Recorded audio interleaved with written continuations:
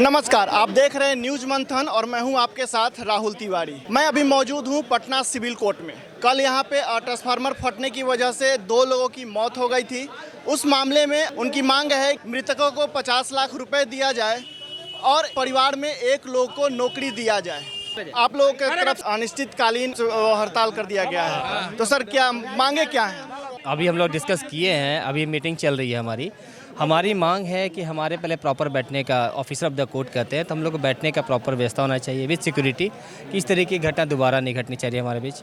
सबसे पहले मांग यहाँ जिस टूटने के बाद हम लोग को बैठने की व्यवस्था नहीं हो पाया ना, तो इसकी वजह से बहुत लोग इधर उधर हैं और ये इस तरह की घटना दोबारा ना घटे, इसके लिए प्रॉपर वे में सही ढंग से बैठने का सुचारू रूप से व्यवस्था किया जाए।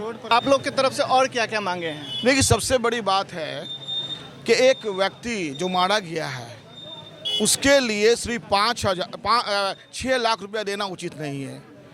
अब बताइए, सबसे पहली बात तो यहाँ बैठने की पूर्ण रूप से व्यवस्था नहीं है, उसकी व्यवस्था होनी चाहिए। इसके संबंध में हम लोगों ने लिख करके दिया था, डिस्ट्रिक्ट जज को दिया था और फिर हमारे जो है डीएम साहब को दिया कि कंस्ट्रक्शन चल रहा है।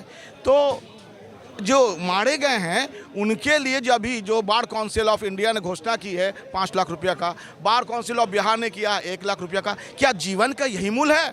हम मांग करते हैं कि बार काउंसिल ऑफ इंडिया कम से कम 25 लाख रुपया दे और bar council of Bihar 25 lakh रुपया दे, तब जाके उसके जीवन का भरण पोषण होगा। ये व्यक्ति जो मारे गए हैं, पता है कौन थे?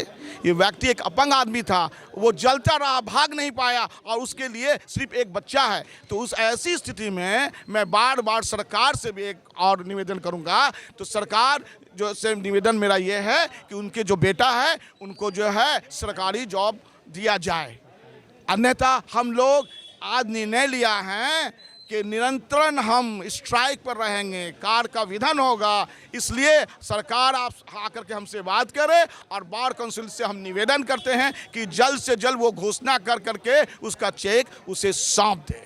आपको मैं बता दूं कि एक जान की कीमत महज 6 लाख रुपए लगाई गई है। बहुत कम है, 6 लाख बहुत कम है। वो तो जनरल ही होता है और उनको मिलना चाहिए 50 लाख मिलना चाहिए कम से कम। बच्चों को जॉब होना चाहिए और अधिवक्ताओं को जो है वो बैठने की व्यवस्था उचित हो ताकि भविष्य में कोई ऐसा दुर्घटना या घटना नहीं घटे। सर 6 लाख रुपए, हाँ, इस पे तो भाई सबसे पहले बात करेंगे 6 लाख आ कहाँ से रहा है। 4 लाख रुपया जो है electricity department, 1 lakh bar council of Bihar वाला। भाई हमारा बार दिया क्या? हम जिस बार के एसोसिएशन है और हमारा बार हमारे लिए कुछ कर नहीं रहा है। सबसे ज़्यादा दुर्भाग्य की बात यह है, भले भी इस बार के मेंबर है लेकिन यहाँ के बार के मेंबर होते हुए यहाँ का बार नहीं कर रहा है। 6 लाख रुपया किसी की अगर जान की कीमत मानी जाए तो भाई बहुत ही जिस तरह के यहाँ दुर्घटना घटा दुर्भाग्यपूर्ण है ना। 6 लाख रुपये आप किसी का वकील का वो तौल रहे हैं ना, लेबल औकात जब भी कह लीजिए आप अपने लैंग्वेज में, गलत चीज़ है।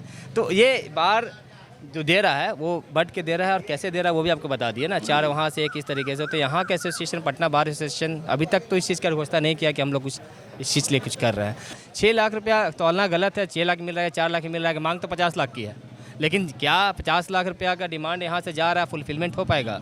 ये भी तो सोचना है ना। किसी के पास तो पैसा नहीं उठा के दे देगा, लेकिन जिस तरीके की क्षति हुई है उसका भरपाई मूल्यों में नहीं किया जा सकता है। लेकिन फिर भी एक जान की कीमत महज 6 लाख रुपए लगाना कहाँ तक उचित है?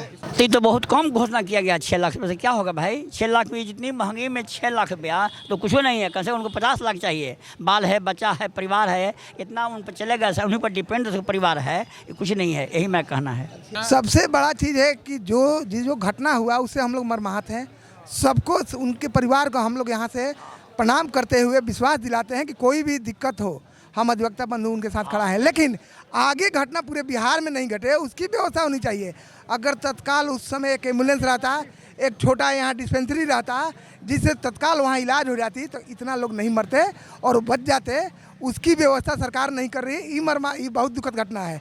इसके लिए सरकार को व्यवस्था करनी होगी, नहीं तो आगे इससे बड़ा भी घटना घटने की संभावना बनी हुई है। आज जो ट्रांसफार्मर रातों रात बदल दी गई, ट्रांसफार्मर बदलने के लिए लोग आवेदन दिया, तेल चू रहा था उसका, अगर बदल दिया होता तो इतने लोग अभी जिंदा रहते, धरती देखते अभी लोग। बात समझिए, यहाँ तो पेन पेपर का कोई वैल्यू नहीं है। आप लिख दिए, वो चला गया कचरा में। अगर प्रशासन के पास ताकत होती तो तुरंत जो आवेदन दिया गया था, जो कार्रवाई नहीं किया उसको सस्पेंड करता, डिसमिस करता लोग, तब माना जाता, तब जाके डर पैदा होता और आगे इस तरह की घटना नहीं होती। मैं उपेंद्र प्रसाद सिंह, बिहार प्रदेश विधि परिषद राष्ट्रीय जनता दल कार्यकारी अध्यक्ष। लोग सड़कों पर बैठते हैं, आपने बिल्डिंग भवन तोड़ दिया है ना, हम लोगों ने बहुत सम्मानित ढंग से आपको भवन दे दिया बनाने के लिए, लेकिन हम अधिवक्ताओं को बैठने के लिए आपने व्यवस्था नहीं किया, और इस व्यवस्था नहीं करने के कारण ये घटना हुई, ये दर्दनाक घटना हुई। पहला नंबर। दूसरा नंबर, ये जो बिजली विभाग है उसका मेंटेनेंस इसका नहीं हुआ, ट्रांसफार्मर का प्रॉपर वे में नहीं चल रहा है। आप कहाँ थे? इसके लिए हमारे हाई कोर्ट को स्वच्छ संज्ञान लेना चाहिए, बिजली विभाग पर एफआईआर करनी चाहिए, लोगों को सस्पेंड और जेल भेजनी चाहिए। छोटी बात तो है नहीं, ये भीड़ भाड़ का इलाका है, ये न्यायालय है, न्यायालय लोगों को न्याय दिलाता है। आज अधिवक्ता समाज अपने न्याय के लिए भटक रहे हैं, और ये सरकार, ये प्रशासन, चाहे जो भी हो, सोई हुई है, कान पर रुई डाल के आनंद मना रही है कि चलो हम लोगों को छुटकारा हुआ, लोग चले गए, लेकिन अधिवक्ता बंधु छोड़ेंगे नहीं। और आज फैसला लिया, अनिश्चितकालीन हड़ताल चलेगा और उनको झुकना पड़ेगा जब तक व्यवस्था नहीं करेंगे। और उन जो इलाजरत हमारे भाई हैं पीएमसीएच में, उनका जब तक इलाज कंटिन्यू नहीं करेंगे, उनको घर तक नहीं पहुंचाएंगे, उनके सारे मुआवजा की राशि नहीं देंगे। और ये छोटी राशि देके आप जा नहीं सकते हैं। हम अधिवक्ता हैं, आपको पकड़ लेंगे, चाहे जैसे हो पकड़ लेंगे और आपसे वसूल करके छोड़ेंगे। शर्मानंद राय, एडवोकेट।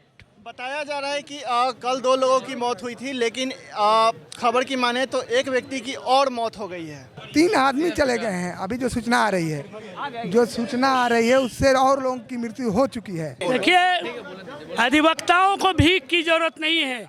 हमारे यहाँ कल्याण का कोष बना हुआ है, अधिवक्ता वेलफेयर में 25 रुपया हर अधिवक्ता रोज देता है। वकालतनामा में, पिटीशन में, ऐसे पैसों से अरबों खरबों रुपया बैंक में जमा है।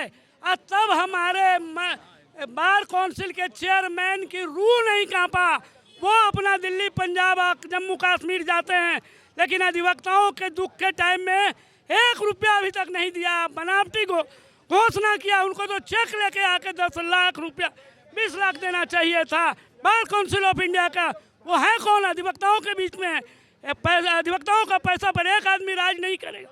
यहाँ भी कल्याण का पैसा है, कल्याण में हम लोग पैसा दे रहे हैं, उस पैसे का लूट हो रहा है। यह बात के हम लोग मांग कर रहे हैं, सरकार दे चाहे नहीं दे, मेरा अपना निजी है, उसे 50 लाख रुपया मिलना चाहिए।